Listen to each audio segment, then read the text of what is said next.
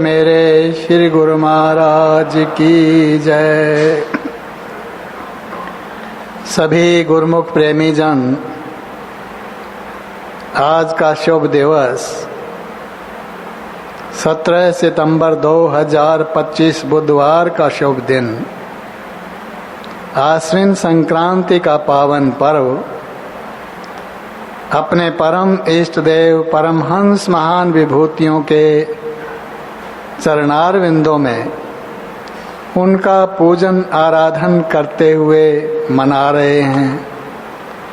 और इस समय भी अपने श्री हजूर सद्गुरुदेव जी महाराज जी के मुखारविंद से आज पावन संक्रांति की बधाइयाँ ग्रहण की हैं। ये गुरुमुखों का बहुत बड़ा परम सौभाग्य है। तो इस उपलक्ष्य में सभी गुरुमुखों को मैं भी बारंबार लाखों लाख बधाइयाँ देता हूँ। बोल मेरे श्री गुरु महाराज की जय। आज का पावन दिवस आश्विन माह की संक्रांति का शुभ दिवस है। प्रातः काल से ही गुरुमुख जनों ने श्री परमहंस अद्वैत मंदिर में अपने परम इष्ट देव परमहंसों की पूजा आराधना करते हुए और ध्यान सुमरन करते हुए मनाया है। उस समय भी सत्संग के वचनों में सभी गुरुमुखों ने आज के दिवस का विशेष महत्व श्रवण किया। हमारे आदरणीय महात्मा जी ने गुरुवाणी में श्री गुरु अर्जुन देव जी महाराज जी ने 12 माह की वाणियाँ रची हैं। हर एक माह का अलग अलग विवरण दिया है और उसमें विशेष करके आत्मा को परमात्मा की अंश मानते हुए उसकी विरह और प्रेम अवस्था को वर्णन किया है। क्योंकि वास्तव में ये जीवात्मा यदि परम शांति को पा सकती है तो केवल अपने अंशी परमेश्वर परमात्मा के साथ मिलकर के ही पा सकती है। तो उसी का वर्णन करते हुए उन्होंने कथन किया है वाणी में कि असुन प्रेम उमाहड़ा क्यों मिलिए हरि जाए। आत्मा अपनी विरह व्यथा कथन कर रही है। ये आम जीवों को तो ज्ञात नहीं होता, लेकिन आप जैसे प्रेमी जन जो सत्संग में आ जाते हैं, संत महापुरुषों के वचन श्रवण करते हैं, तो उन्हें ये सच्चा ज्ञान विवेक हो जाता है कि वास्तव में ये जो मेरा जीवन है ये केवल सांसारिक भोगों की पूर्ति के लिए नहीं है, बल्कि इस आत्मा को उस परमात्मा के साथ मिलाने का अवसर है। तो उसके लिए ही कथन किया जा रहा है कि कहते हैं असुन प्रेम उमाहड़ा। आश्विन के महीने में जब वर्षा ऋतु का जोर कम होने लग जाता है और मौसम सुहावना सा होने लगता है, तो उस समय कहते हैं प्रेमियों के हृदय में प्रेम उमंग बढ़ने लग जाती है।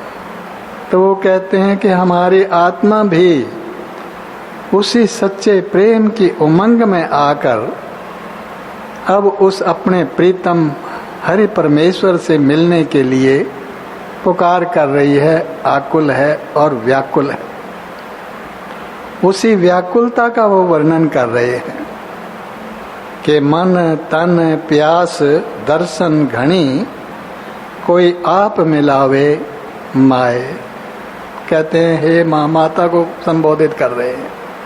इतनी उनके अंतर हृदय में वेदना है। जैसे बालक के हृदय में किसी प्रकार की वेदना होती है, वो कुछ चाह प्रकट करता है, तो अपनी माँ से वो कहता है। तो वही अवस्था वर्णन कर रहे हैं कि मेरे मन में, मेरे तन में ये प्यास बनी हुई है कि वो दर्शन मुझे कब मिलेंगे। हे प्रभु, हे मेरी माए, मुझे कोई आ करके बता दे और मुझे कोई उस प्रीतम से मिला दे। यही मेरा उद्देश्य है, बस यही मेरी आशा है। अब गुरु गुमखोश आप सब समझ सकते हैं कि ऐसी अवस्था केवल सत्संगी गुरुमुख प्रेमियों के अंतर हृदय में हुआ करती है। और यही उमंग, प्रेम की उमंग आप सबके हृदय में भी उत्पन्न हुई, घर में बैठे हुए ये उत्पन्न हुई। और इसकी पूर्ति के लिए आप घर से, संसार से पीठ दे करके यहाँ श्री आनंदपुर धाम में अपने प्रभु परमेश्वर परमात्मा के चरणों में आकर के पहुंच गए हैं। ये बहुत बड़ी उन प्रभु की कृपा हो गई। वो तो मांग कर रहे थे कि कब मुझे मिलेंगे वो प्रभु हरि परमेश्वर, लेकिन ये पुकार सुन ली गई। हमारे ऊपर ये कृपा हुई, बख्शिश हुई कि हमको ऐसा सच्चा ऊंचा पावन श्री दरबार मिल गया। सच्चे परमात्मा के स्वरूप वो मालिक परमेश्वर सदगुरु के रूप में मिल गए। ये उस हमारी आत्मा की पुकार का ही एक अंग है, उस पुकार का ही परिणाम है। तो ये वेदना कैसे जागृत होती है? ये गुरुमुखों सत्संग में आ करके जब प्रेमी जन ऐसे वचन श्रवण करते हैं महापुरुषों के, जैसा कि अभी वर्णन हुआ है, तभी जागृत होती है। नहीं तो संसार में रहते हुए ये जो आत्मा है ये तो भूल जाती है अपने उद्देश्य को, और भूल करके उस माया को अपना मान लेती है, घर परिवार को अपना मान लेती है, जो कि अपना नहीं है। तो उस प्रभु परमेश्वर को वो भुला देती है, और उसके भुलाने से दुख और कष्ट इसके सिर पर पड़ जाते हैं। फिर अनेक जन्मों तक ये भ्रमती रहती है, फिर पुकार करती है तो फिर ऐसा अवसर मिलता है।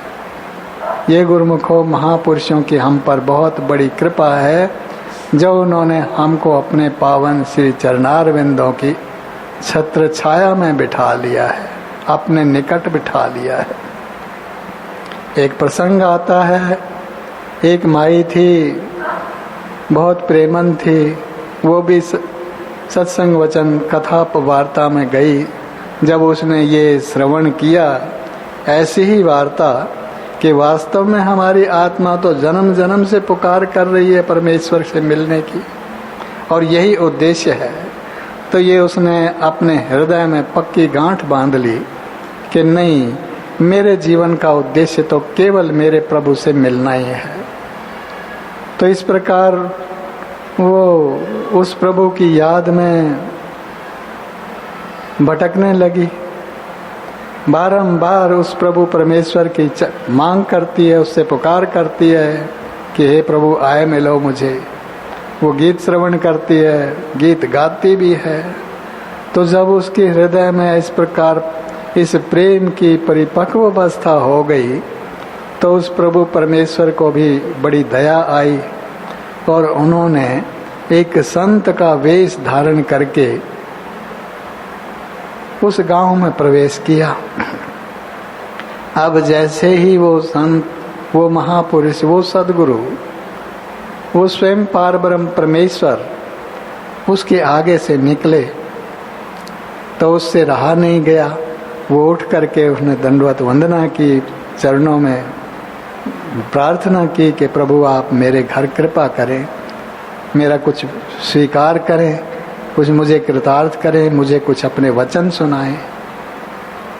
तो वो तो आए ही इसीलिए थे, उसकी प्रार्थना स्वीकार कर ली, उसके घर में पदार्पण किया।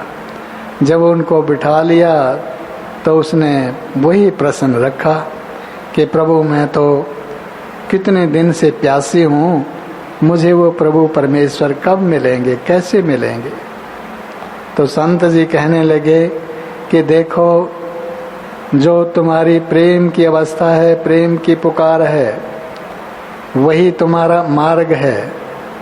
जो मार्ग तुम ढूंढ रही हो वो बाहर संसार में नहीं है, वो तुम्हारे अंदर ही है, तुम्हारे भीतर है।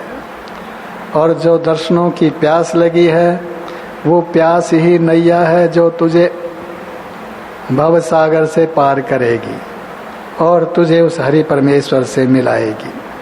अब इतना वचन श्रवण कर रही थी वो, तो उसके हृदय के नेत्र खुल गए। उन संतों के चरणों में झुकते हुए जब उन्होंने उनके नेत्रों में नेत्र डाले, तो उसे वहीं पर ही अनुभव होने लगा कि यही मेरे प्रभु परमेश्वर हैं। वो वास्तव में थे ही।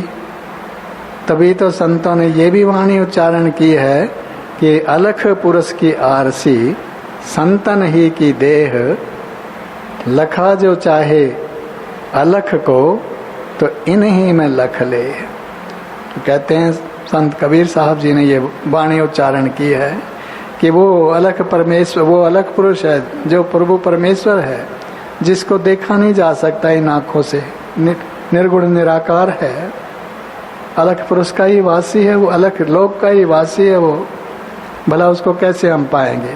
कहते हैं यदि उसको पाना है तो फिर क्या करो, अलख पुरुष की आड़ से संतन ही की देह, कि उसका जो दर्पण है वो संतों महापुरुषों की देह में ही है। उनके दर्शन ही परमेश्वर के दर्शन हैं और वो प्रभु परमेश्वर मिलेंगे तो इसी रूप में मिलेंगे। तो वो उसके भाग्य जागृत हो गए, उस पर कृपा बख्शिश हो गई। तो गुरुमुखो वही कृपा बख्शिश हम पर भी हो रही है। हमें ऐसे सच्चे ऊंचे पावन श्री दरबार की शरणागति मिली है, ऐसा ऊंचा स्थान मिला है।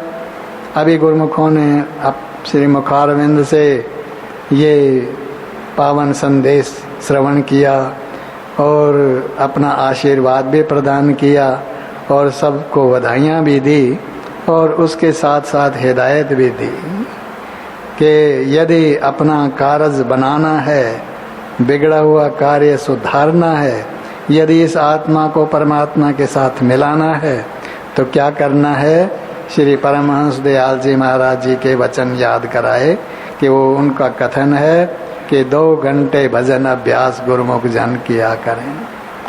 तो ये प्रातः काल उठते ही ये लगन हृदय में लगी रहे कि मैंने 2 घंटे पूरे करने हैं भजन अभ्यास के।